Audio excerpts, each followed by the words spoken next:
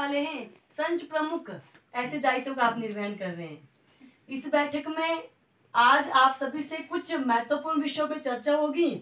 तो ये जो बैठक है, अभियान गांव में क्या काम कर रहा है, ऐसे हम पिछले 7-8 दिनों से आपके कार्यक्षेत्र में, आपके इधर गांव में आए हैं, क्योंकि हम देखना चाहते हैं कि हमारे जो जम्मू के कार्यकर्ता है वो कैसी परिस्थितियों में कार्य कर रहे हैं और जम्मू में किस तरह का जो हमारा विद्यालय ग्राम है वहां पर कैसा काम हो रहा है। ये सब अपने आप की गुणवत्ता, अपने कार्य की गुणवत्ता बढ़ाने के लिए आजकल बाहर के मतलब प्रवासी कार्यकर्ता प्रवास पर है।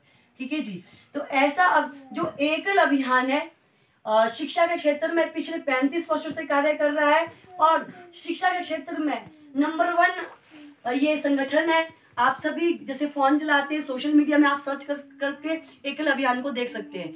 एकल अभियान पिछले भारतवर्ष के पीछे जो दूर से दूर क्षेत्र है, जैसे ये ग्रामीण क्षेत्र है, ऐसे ग्रामीण क्षेत्रों में जहां पर शिक्षकों का अभाव है, शिक्षा के अभाव को खत्म करने के लिए स्वामी विवेकानंद जी ने कहा था कि अगर विद्यालय बच्चों तक नहीं पहुंच सकता है तो बच्चों को, अगर बच्चे विद्यालय तक नहीं पहुंच सकते हैं तो विद्यालयों को बच्चों तक पहुंचाना।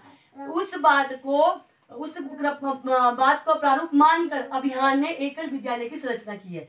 तो एकल विद्यालय जो है वो बच्चों को गांव में हम पंचमुखी शिक्षा को लेकर गांव में जाते हैं और बच्चों को प्राथमिक शिक्षा हमारे एकल विद्यालय में 4 से पहले तो था 6 से 14 साल तक के बच्चे, अब 4 से 14 साल तक के बच्चे एकल विद्यालय में पढ़ने आते हैं।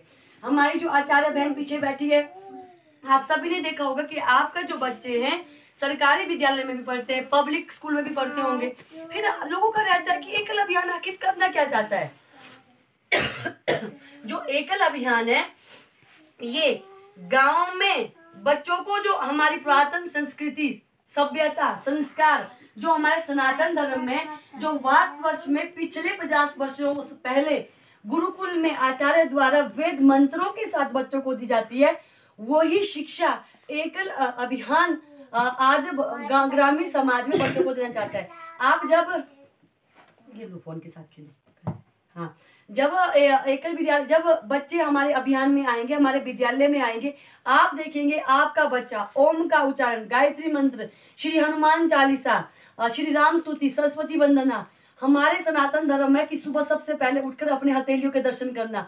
आप देखेंगे बच्चे को हस्तअवलोकन मंत्र। उसके बाद हमारे सनातन धर्म में है कि हम सारा दिन भर जो ये हमारी पालन भरण पोषण करने वाली है हमारी धरती माँ है, इस धरती माँ की भूमि वंदन करना, क्षमा याचना करना कि हे देवी, हम अब ये हमारी, हम आपके ऊपर चल रहे, आप हमारा भरण पोषण कर रही, इसके लिए आपका बहुत बहुत धन्यवाद और आपसे क्षमा प्रार्थी है कि हम सारा दिन भर आपके ऊपर चलते रहते हैं। ठीक है, ये सब चीजें आप देखेंगे जब अभियान एकल में आपका बच्चा आएगा, सुबह उठकर जो घर के वरिष्ठ है, बड़े हैं, अपने माता पिता के चरण वंदना करना, ये सब मतलब जो भी हमारे सनातन में जो हमारे भारतवर्ष में पहले संस्कार होते थे वो बच्चों को में डाले जाते हैं।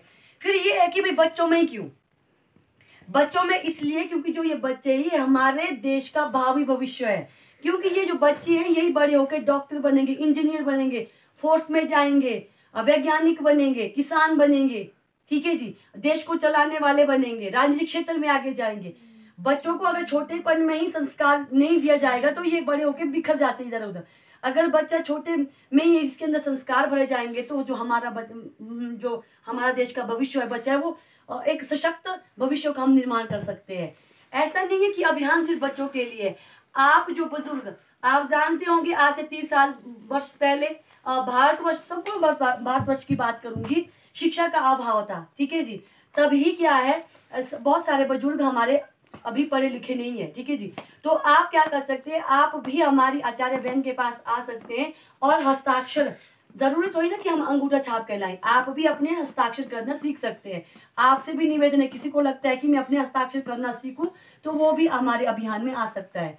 ठीक है जी, आपके बच्चों को देशभक्ति गीत करवाना, उनकी आयु के अनुसार पहाड़े करवाना, हमारा विद्यालय नियमित चले, ये प्राथमिक शिक्षा का उद्देश्य है। जब गांव में प्राथमिक शिक्षा आएगी, हमारा जो गांव है वो शिक्षित गांव बन जाएगा, ये एकल अभियान का उद्देश्य। उसके बाद दूसरा है आरोग्य शिक्षा। आरोग्य शिक्षा में जैसे हम आप लोगों से आज मिलने आए, ठीक है जी, आपके पास प्रवास में, आपके भी गांव में, ऐसे ये जो बहनें हैं स्थानीय यहाँ की, ये आपके पास प्रवास में आएंगी और प्रवास में आकर आप लोगों के साथ आरोग्य के बारे में चर्चा करेंगे, आरोग्य को समझेंगे। आरोग्य क्या है, रोगों को आने से पहले रोगों की रोकथाम किस तरह से हम कर सकते हैं, ठीक है। आप देखते होंगे बरसात आने से, जैसे बरसात है, कभी भी जब बरसात चलती है तो अपने घर में कहीं भी आप पानी, घर में मतलब साथ साथ में कहीं भी पानी को इकट्ठा ना होने दे। आप जानते हैं जैसे ये पानी इकट्ठा होगा, वो बासी पानी, उसमें मच्छर पनपेगा, हमको काटेगा, हमको डेंगू हो जाएगा, हमको मलेरिया हो सकता है, ठीक है जी, बड़ी बड़ी बीमारी है। इसीलिए अपने आसपास को स्वच्छ रखें, ठीक है जी। उसके बाद बरसात आती है, हम सभी को उबला हुआ पानी पीना चाहिए, ठीक है जी। आरोग्य शिक्षा में एक हम बताते हैं हेल्थ कैंप को लेकर, मतलब आरोग्य शिक्षा, आरोग्य शिविर।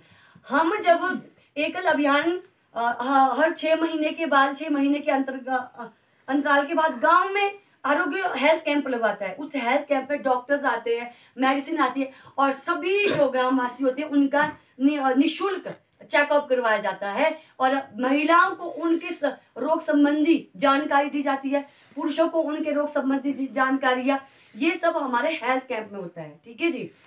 उसके बाद है, आपने देखा आज से 4-5 साल पहले कोरोना आया था, कोरोना का काल आया था, लोग कितना डर गए थे।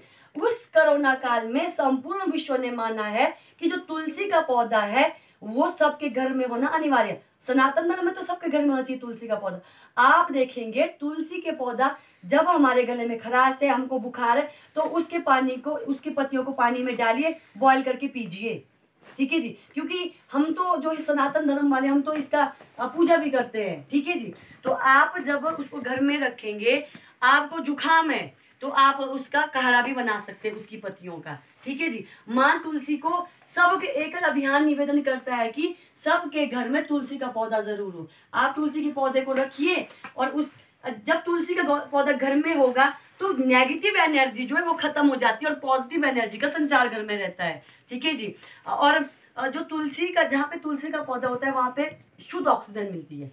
तो सभी से निवेदन है कि आप सभी अपने घर में तुलसी का पौधा जरूर लगाएं। ये हमारी आरोग्य शिक्षा।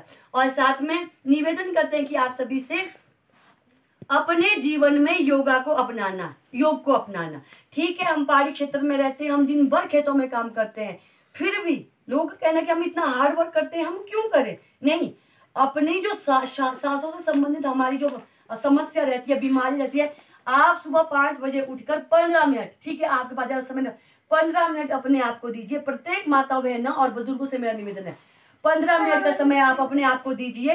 15 मिनट में जब आप अपने प्राणायाम करेंगे, आप देखेंगे कि अपने आप कितना बदलाव आता है। बहुत सारे ऐसे रोग होते हैं जो हमारे योग से ही खत्म हो जाते हैं। ये हमारी आरोग्य शिक्षा है। आरोग्य शिक्षा जब गांव में आएगी तो गांव क्या है, स्वस्थ हो जाता है, ठीक है जी। उसके बाद तीसरा अपना ग्राम विकास।